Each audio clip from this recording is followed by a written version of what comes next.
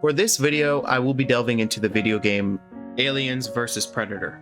Now, whilst there are prior games and even some later games which may or may not correlate, they will honestly not be mentioned so much since I do not want to add anything that does not correlate.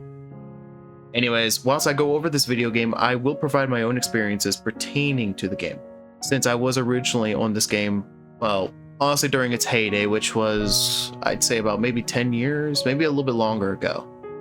So honestly, I can guarantee that everything I am discussing is more in-depth than what you would get from like a normal reviewer pertaining to this specific video game.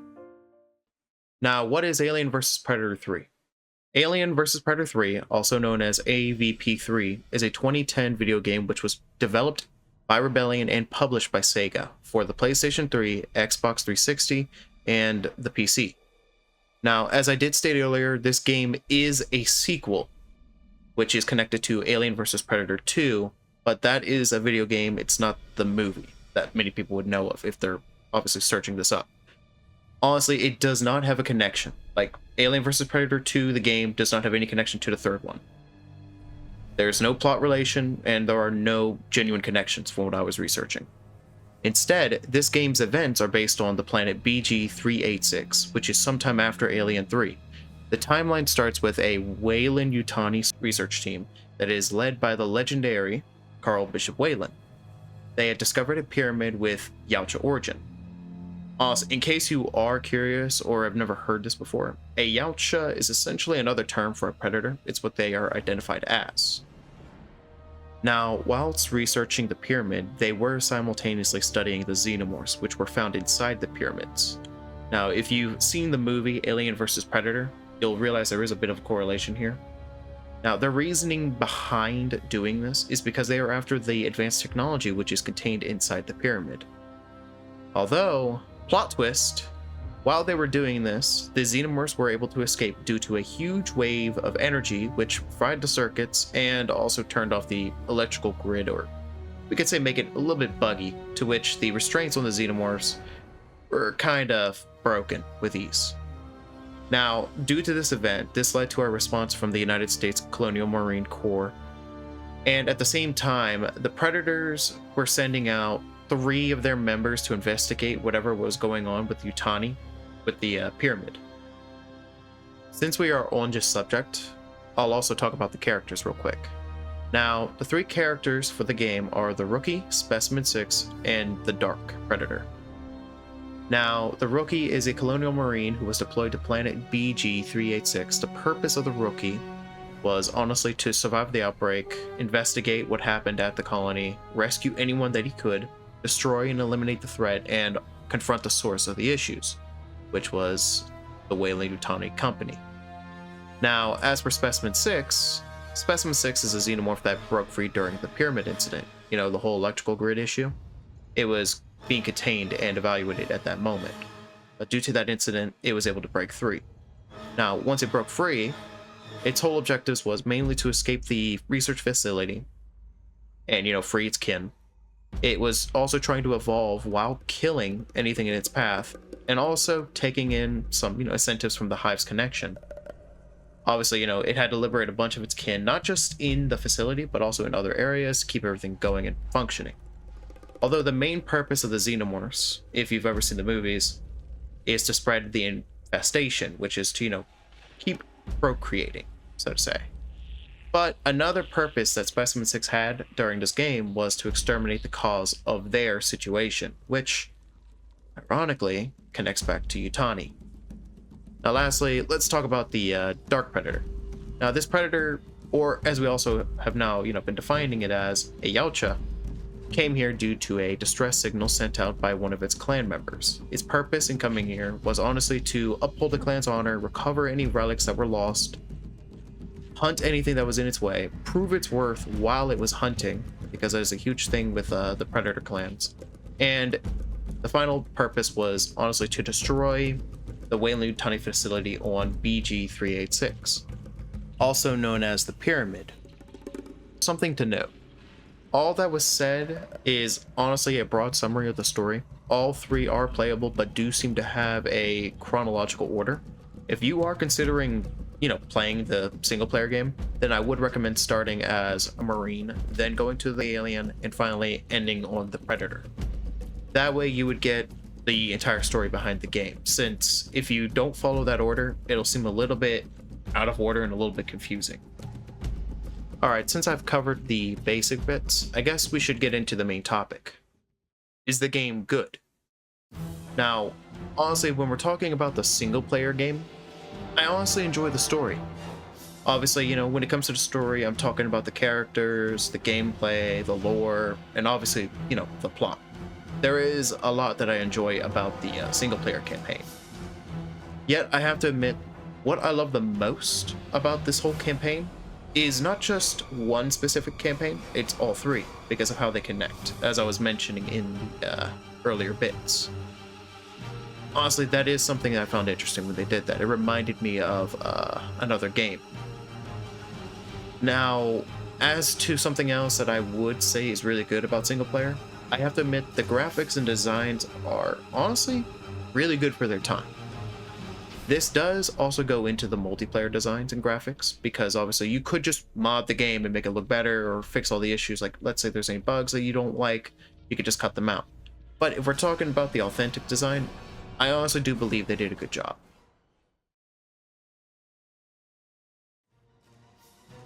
When it pertains to the multiplayer, there are a few things that I need to mention beforehand. PlayStation 3, and I do believe the Xbox 360's multiplayers are currently in the ruts compared to PC, or Steam as others will know it. So if you are from console, the games are going to be a bit more difficult to find. Those on PC will naturally have the dedicated servers that they can use to get games. Although I will say, as of June 5th, 2025, is when I'm actually doing this a little bit here, there do seem to be issues pertaining to the servers on Steam, mainly due to a update that they had a little bit back. Although this will probably be resolved sooner or later. I do know that currently the admins of certain servers are trying to resolve this. Now onto the subject at hand. Multiplayer honestly is a fun thing to do with or without friends.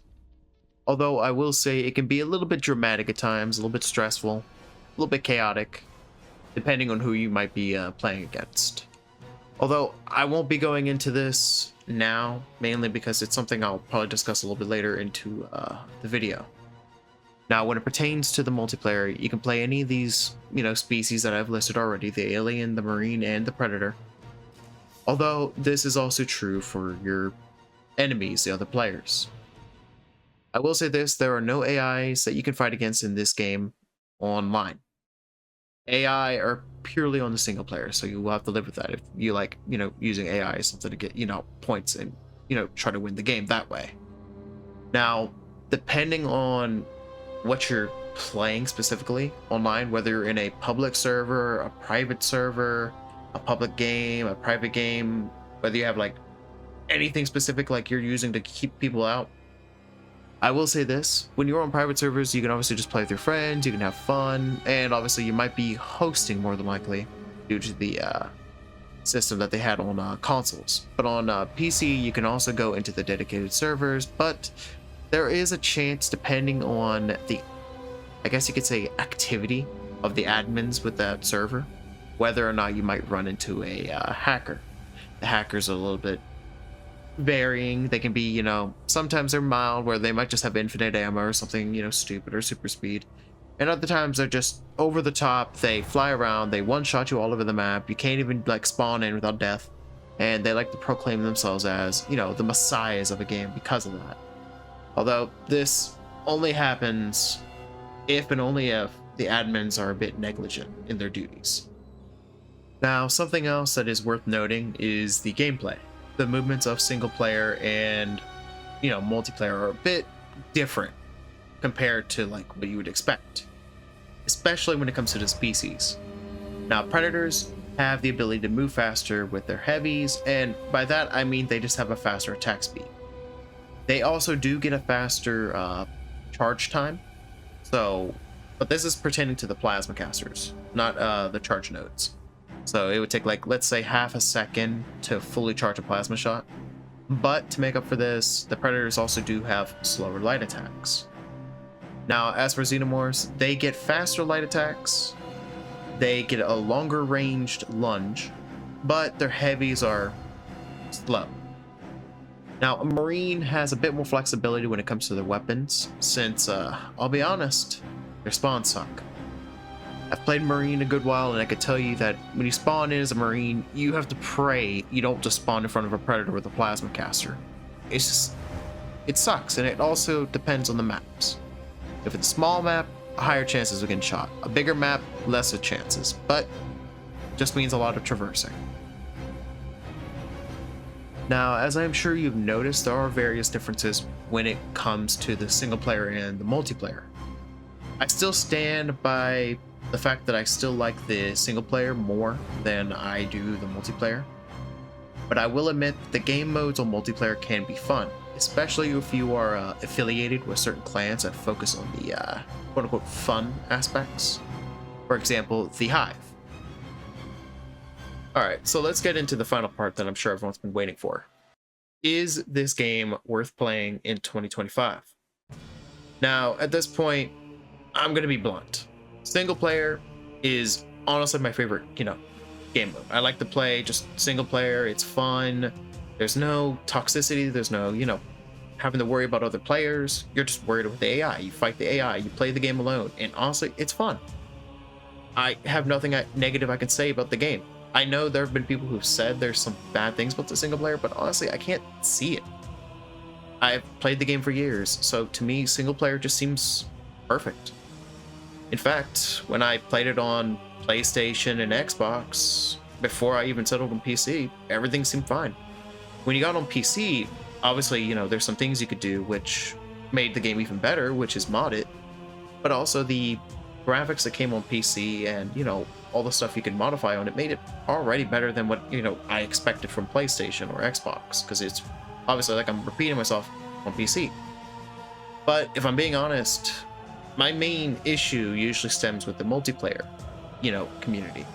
It's not the people entirely. There are just certain people that just don't make the game as good as it could be.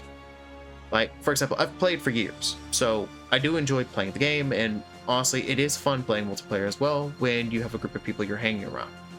But it depends on the players that are around you at the same time, because sometimes you're going to have like the most fun games of your life, and other times you're going to have to deal with the most toxic players of your life. There's no one or the other. It's usually mixed in, because for some reason it's always mixed in if you think about it. Now, another thing I do dislike about the multiplayer is honestly the vast exploitations that span across it.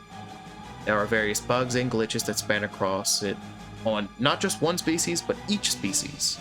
Marines, Xenomorphs, and Predators have their own glitches and bugs. But if I'm being honest, Marines probably have less compared to Xenomorphs, but Xenomorphs definitely have nothing compared to the Predators. And I know this because I've played, honestly, each species. I do mostly specialize in the Marine species and obviously the Predator.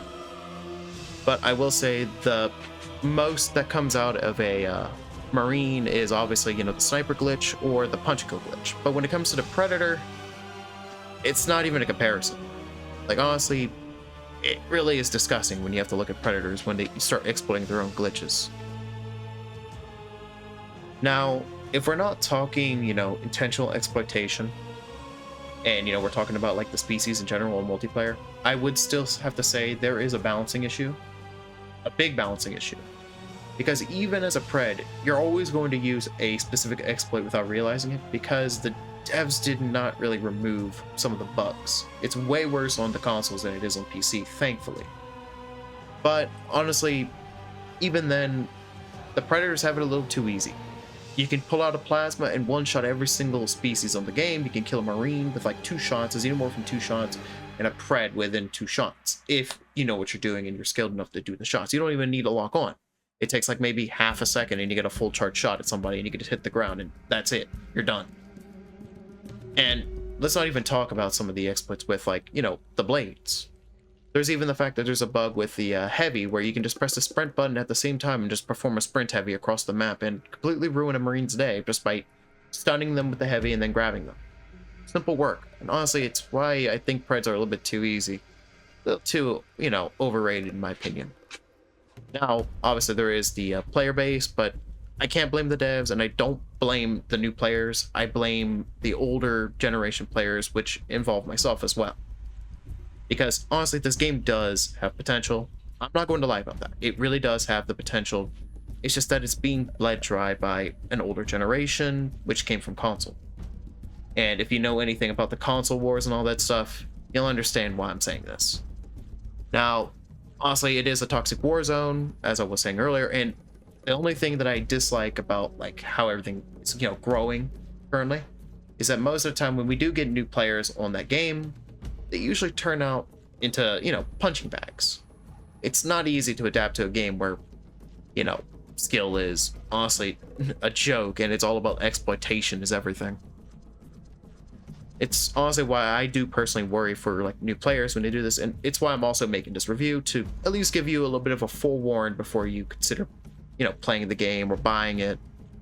And honestly, I just feel bad for those who just get on it and then, you know, have to deal with like all the exploitations and all the experienced players who just know what they're doing, and they're just going to slam you to the ground and make you feel like, oh, you're just a complete novice and you don't even know how to attack, or you just came off of a single player for a little bit and you only know how to light attack. And trust me, I've seen it enough, and honestly, it's kind of why like a lot of noobs will disappear after like maybe a few days at worst. So as to wrap this up, I really do hope this video has helped, whether it has answered any questions or any doubts, whether it has interested you or made you lose interest in the game. I do apologize, or I'm not sure how you would want me to react on that one. Truthfully, I do vouch for the single player. I will always vouch for the single player. I believe it's fun. Multiplayer, even though I know I just jumped and slandered on that, I'm gonna be honest, it's not bad. It is not bad if you have friends and, you know, you're just enjoying it and you just, that's your purpose. If you're there for another reason, then just, I recommend prepping for a little bit of toxicity every now and then and you'll be fine. I mean, this is just for those who don't want to deal with toxic players. That's why I'm referring and, you know, made this review just to warn you ahead of time, because it has happened a lot. Now, I will be honest, not every player you're going to meet on there is toxic. Honestly, I hold that more towards, you know, I can't even blame console players for just being the sole toxicity, because honestly, there's a lot of toxicity, and not even all console players are that toxic. But if I'm being honest, that's everything I have on the video, and I do hope you guys enjoyed the video, and I hope you do consider subscribing if you wish to see more from this channel. Now, I would like to, you know, be honest on this. I will post some guides if you are interested in learning more about AVP, or maybe even if you want to learn some of these exploits. I will make a video on that.